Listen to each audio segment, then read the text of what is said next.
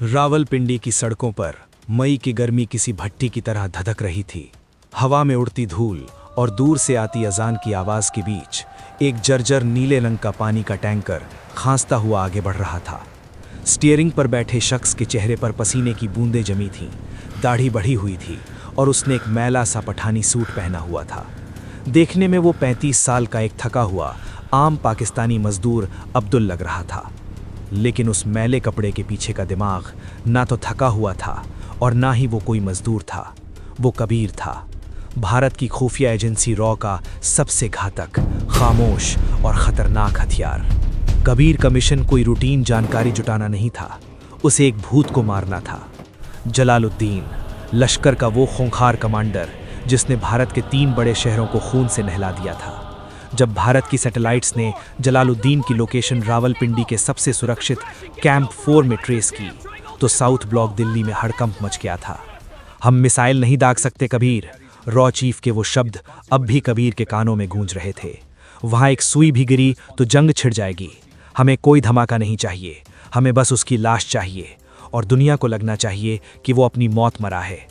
तुम्हें वहाँ जाना है, उसके किले में, और उसे उसी के घर में दफन करना है।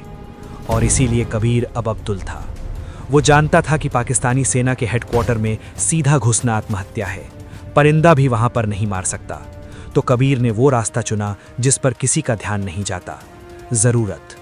रावलपिंडी के पॉश मिलिट्री इलाकों में पानी की भारी किल्लत थी और प्यास इंसान को अंधा कर देती है। टैंकर ने एक शानदार बंगले के सामने ब्रेक मारा। संतरी गेट पर 2 संतरी AK-47 ताने खड़े थे। ये ब्रिगेडियर तारिक का घर था, पाकिस्तानी सेना की सप्लाई और लॉजिस्टिक्स कोर का इंचार्ज। ओए अब्दुल, आज फिर देर कर दी, संतरी ने कड़क आवाज में कहा। कबीर ने अपने चेहरे पर एक डरी हुई बेबस मुस्कान ला दी। वो टैंकर से नीचे उतरा, कंधे झुकाए और सिर थोड़ा नीचे रखा। ये एक जासूस की सबसे बड़ी कला होती है, अपने अहंकार को मार देना।